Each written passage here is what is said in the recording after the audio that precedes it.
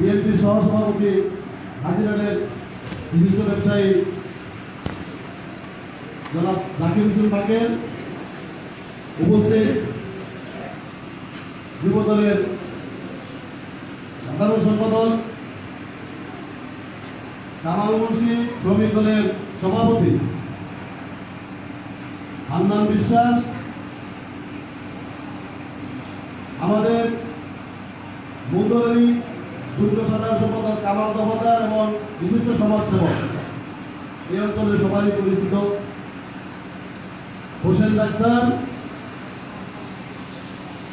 বাসার মাওলানা সহ জামাতের বিএনপির নেতৃবৃন্দ, জামাত ইসলামের নেতৃবৃন্দ সহ সুধী সমাজ, আসসালামু আলাইকুম।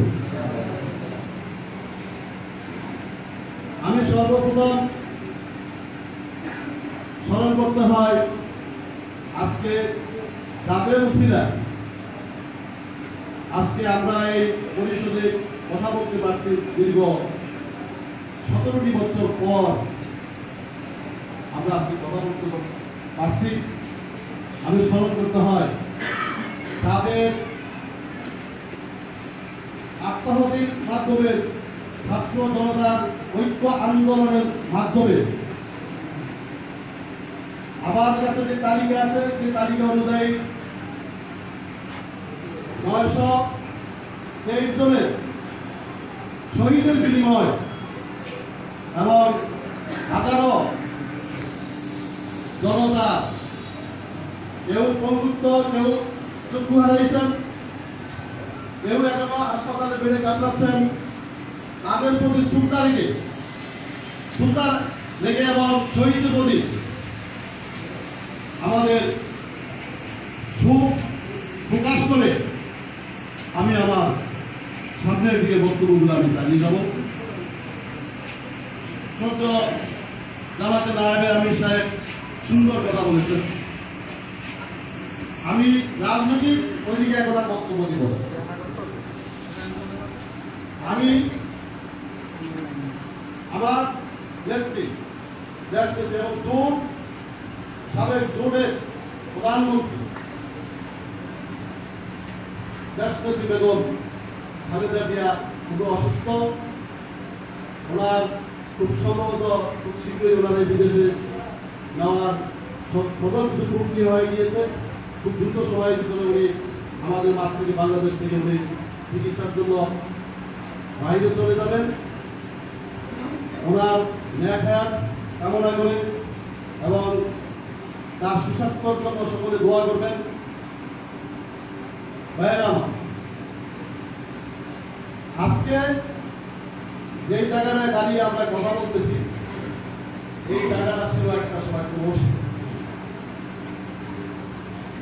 এই জায়গাটার ভিতরে কোনো ভদ্র মানুষ ঢুকতে পারে না, ভদ্রভাবে কথা বলতে পারে না, তাদের আক্রুদ্ধ করে রাখা হয়েছিল।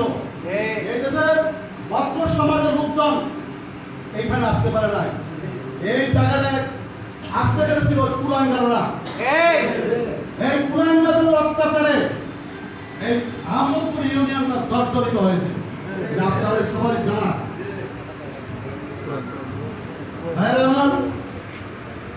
আজকে আল্লাহর কাছে লাখ কোটি শুকরিয়া।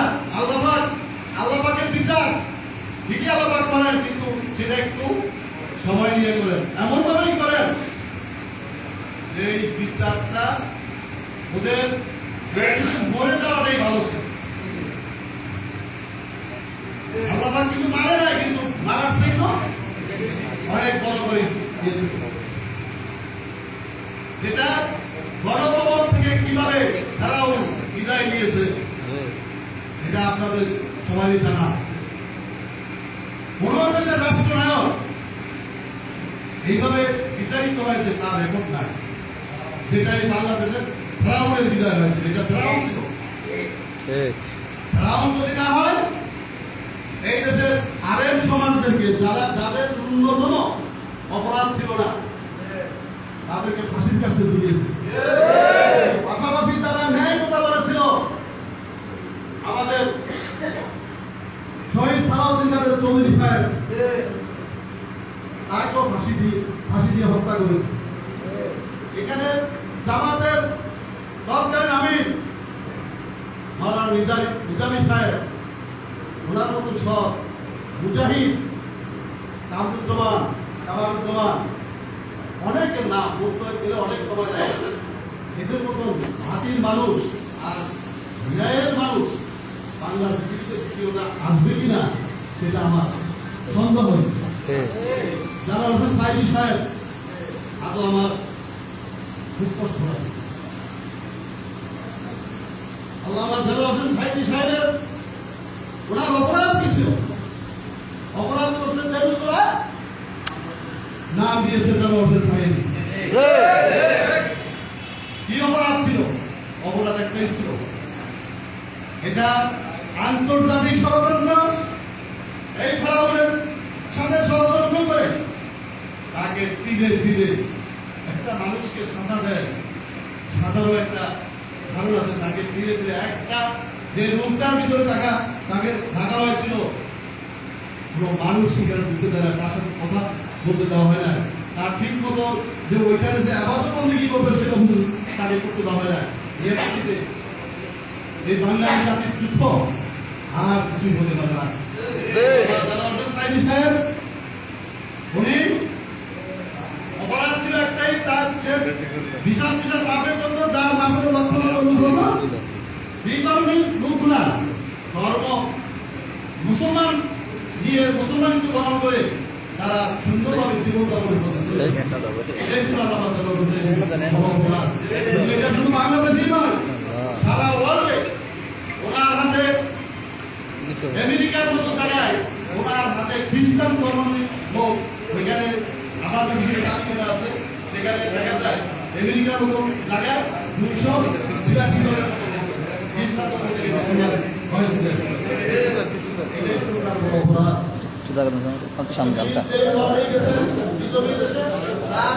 সুন্দর কোরআনের ব্যাখ্যা শুনে সবাই মুসলমান গ্রহণ করেছেন। এই আল্লামা দেলোয়ার হোসেন হিসেবে অপরাধ ছিল এটা। তাই আমরা আজকে হাউদে আল্লামা দেলোয়ার হোসেন সাহেবের রুহের মাগফিরাত আমরা কামনা করি। আমি এই ইউনিয়ন পরিষদের প্যানেল চেয়ারম্যান এবং যারা ইউনিয়ন পরিষদের সদস্য আছেন, আমি তাদের কাছে অনুরোধ করব, আপনারা বিগত দিন যে ভুলভ্রান্তি বিক্রয় করেছেন, সামনের দিকে ভুলভ্রান্তি বিক্রয় করবেন না। এই ইউনিয়ন পরিষদ 21 টাকা আহমদপুরের জনগণের সম্পদ। আপনারা জনপ্রতিনিধি হয়েছেন জনগণের ভোটে, এটা আমরা ভোট বলি না। যদি ভোট করতে চাই তাহলে এটা আসলেই একটা বেমানান হয়েছে। এগুলা কোনো নির্বাচন নির্বাচনই হয় না। মানুষ ভোট দিবে তার প্রবল ভোটকে। আপনারা সামনে সিট দিলে সিট দিলে বাদশা বলে তার চেয়ারম্যান দিচ্ছেন, মেম্বার দিচ্ছেন, আমি ভোট করতে চাই না। ভোট করতে এটা কষ্ট হয়, যেভাবেই হয়েছেন আমার অনুরোধ, বিগত দিনে বৈষম্য করেছেন, এগুলা আপনারা ফিরে আসেন, আমাদের সর্বাত্মক সহযোগিতা হবেন। আমার বাংলাদেশ জাতীয় বিএনপির পক্ষ থেকে সর্বাত্মক সহযোগিতা হবেন। আমাদের এই যে সৌন্দর্য আমি তাদেরও সহযোগিতা পাবেন। যদি আপনারা এই বৈষম্য দূর করতে পারেন, সকলের সহযোগিতা আপনারা পাবেন। দেখা গেছে একজনের নামে একজনের চাল প্রতি হয় 10 কেজি, কিন্তু ওই মুখটায় অনিয়ম করে এখান থেকে দেখা গেছে চাল নিয়ে গেছে 80 কেজি। আমি ক্যাডা, ওই ক্যাডা ভাড়া পাবেন, যে বৈষম্যতার কথা দূর করছেন এগুলো সব পাবেন, পকেটের মুখ পাবেন, সুন্দরভাবে ইউনিয়ন পরিষদ তারা করবেন না। আমাদের কিন্তু বন্ধ করেছে, আমাদের কিন্তু ইউনিয়ন বন্ধ করে দিচ্ছে, এগুলো থেকে পরিত্রাণ হন আর সুষম বন্টন করেন। আমি বলবো না যে আমার দলের নেতা কর্মীকে আপনি দিতে হবে, জামাত শিবিরের নেতা কর্মী দিতে হবে, আমরা তাদের জন্য আমরা চাই না। এখানে আপনার যে ন্যায়সঙ্গত পাওনা তাকে দিব। আপনি তাকে দিবেন। ন্যায়ের প্রতিষ্ঠা করার জন্য আপনারা শুরু করতে কাজ শুরু করে ন্যায়ের প্রতিষ্ঠার জন্য সবাই আপনাদেরকে সহযোগিতা করবো। অন্যায় করবেন, প্রতিরোধ করে দেবো। তাই এখানে বিজেপি বলেন, বিডিআর বলেন, আরো অন্যান্য যে কাজগুলো আছে, বয়স্কতা বলেন, ডায়াবেটিস বলেন, এগুলো সুষম বন্ধ করে যেগুলা পিছনে যে বৈষম্যগুলো আছে এগুলো সব তাদের বৈষম্যগুলো দিয়েছে সবটা লাভটা কেটে করতে ইউনিয়ন পরিষদের নামে কিছু আপনার ওই যে এটা কি বর্ষ নয় নদীর বর্ষ এখন আর নদীর বর্ষ পাবেন না ওটা বুঝতে পারেন এখন বলেন 2005 আগস্টের 5 আগস্টের স্বাধীনতা দিবস স্বাধীনতা বর্ষের ওই নদীর বর্ষ ওই বাংলা আপনার কি উঠে বলা দেবেন আপনার কি উঠে বলা দেবেন এগুলো আমাদের এই জন্য করবে না যাদের রক্তের বিনিময়ে স্বাধীন হয়েছে ওই 5 আগস্টের ওই বর্ষ হবে ওই নদীর বর্ষ ওই সমস্যাকে বাদ দিয়ে দেবে ওই ঘরগুলো যাদের বাড়িঘর আছে তাদের অনেক নিয়মিত জানিয়ে দেয় ওই সমস্ত দলিল আছে শুধু দলিল ছিল না নতুন করে কিন্তু দলিল করে নতুন করে দলিল করে যারা প্রশ্ন যাদের ঘর বাড়ি নেই ভিটা নাই তাদেরকে কিন্তু ঘর দেয় এর পাশে কাউকে যদি ওখানে ঢুকান আমাদের লোকজন আমাদের জামাত ইসলামের লোকজন আছে আমাদের বিএনপির লোকজন আছে ওইখানে কিন্তু পিড়িয়ে বের করে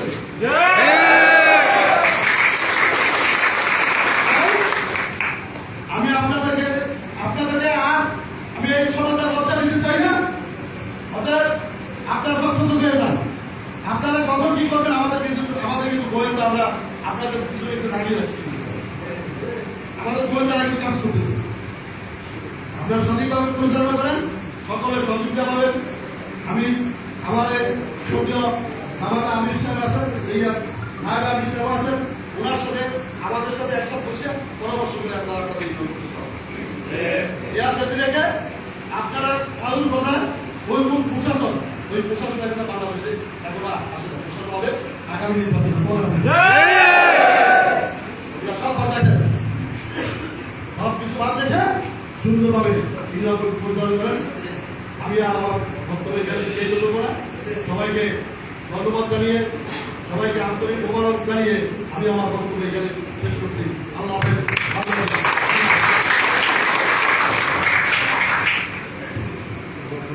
জামাতের প্রিয় সদস্য জনসাধারণের অভিযোগের মাধ্যমে আমাদের ইউনিয়নকে গর্ব আমরা তুলে দিই সম্মানিত উপস্থিতি আমাদের অনুষ্ঠান শেষ পর্যায়ে আজকের এই দোয়া অনুষ্ঠানের দোয়া মোনাজাত পরিচালনা করবেন আমাদের ইউনিয়নের সম্মানিত আমার ইসলামের সদস্য আমি তাকে ইসলামিক একাডেমিতে আপনাদের বলি সম্মানিত উপস্থিতি আজকে ঘোষণা আমার পরিবারের